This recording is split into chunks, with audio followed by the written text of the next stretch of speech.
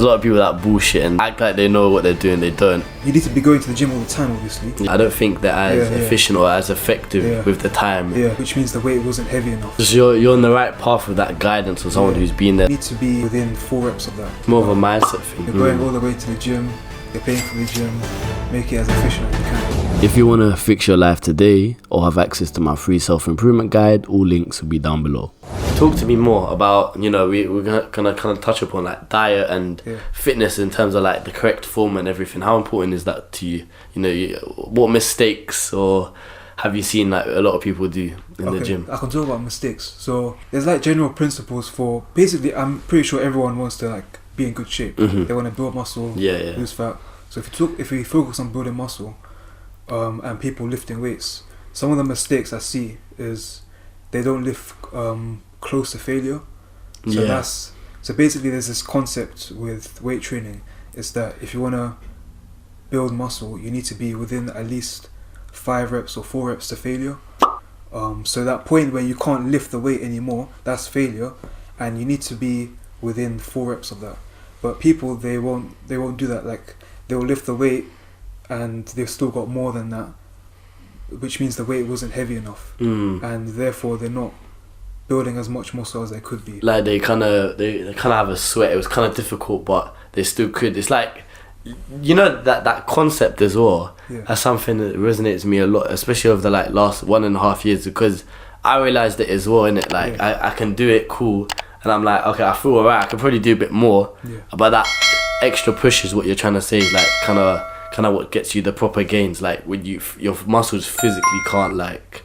Yeah, I think it's people like I think it's just two things. They need to push themselves, and also I don't think they know that they need to push themselves. Like I think it's just a combination of those two. Like if they know that they need to be within 4 reps to failure, then they can have that in their mind, and if they have the willingness to push and sweat, then it's more of a mindset thing. Yeah, more of a mindset and mind over body, like understand mindset and knowing what to do. Cause I think a lot of people just go gym and they think they're doing it, but I don't think they're as, I think the word's efficiency, I don't think they're as efficient or as effective with the time they have. You agree with that, innit? Yeah, 100%. Like you're going all the way to the gym, you're paying for the gym, make it as efficient as you can. Like I agree. And I think as you said, a lot of people, I don't know, I think there should be more emphasis on like the knowledge behind it and the actual, like, not just physically doing, like the mental understanding that you know, this is what's best for you. You understand? I think like investing helps. So like investing in a good coach or trainer. I agree. I think just investing, like people, they're a bit scared to invest. They want to do everything themselves, but you save time by investing. Even I invest. Like sometimes I've had a coach myself. Really? And even the best coaches have coaches themselves. That's true. It's all about, because it all comes down to the principle of investing. That's so true. It's like if you invest, you're taking like a shortcut to getting the results and learning more. Just you're on the right path with that guidance of someone who's been there, done that. Especially people, you know, there's a lot of people that bullshit and act like they know what they're doing, they don't. Well, that's another thing. Unfortunately, you can invest, but you might invest in the wrong person. It's like also take the time to find the right person. Do your research and try and find a reliable guy here.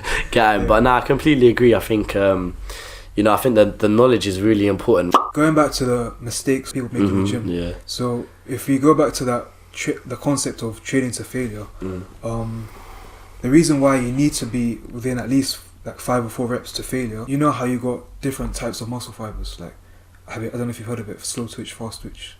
No, I haven't heard of that. No? So basically slow twitch muscle fibers, you know, like marathon runners, they're kind of like slim. They've probably got a lot of slow twitch fibers, or at least their muscle consists mainly of slow twitch.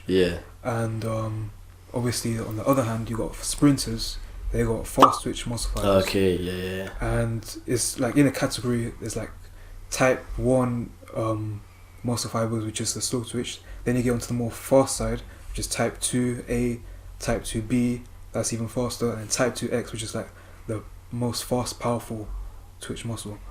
But basically, you want to work your fast twitch muscle fibers when you're lifting weights. So take someone that wants to get bigger and build muscle. They need to target their fast twitch muscle fibers. Also, they'll also be targeting the slow twitch, but it's mainly the fast twitch as well. And the reason why is because that has the biggest potential to grow. So like the fast, that's science, why. Man. Yeah. So if you put that into perspective, you see this marathon runners, they're slim. That's because they got a lot of slow twitch. That's why. I've not heard this before. But you see, so interesting. Yeah. You see sprinters. Yeah. They're much more bigger. Yeah. That's because they got more mainly fast twitch. Yeah. So that's what I mean by saying you need to target the fast twitch because they have the bigger potential to grow. So now, if we go back to the gym, when you're lifting, let's say I'm doing bicycles, and let's say I'm doing 10 reps with the bicycles. So the first 5 reps, if I lift a weight, that will be targeting the slow twitch.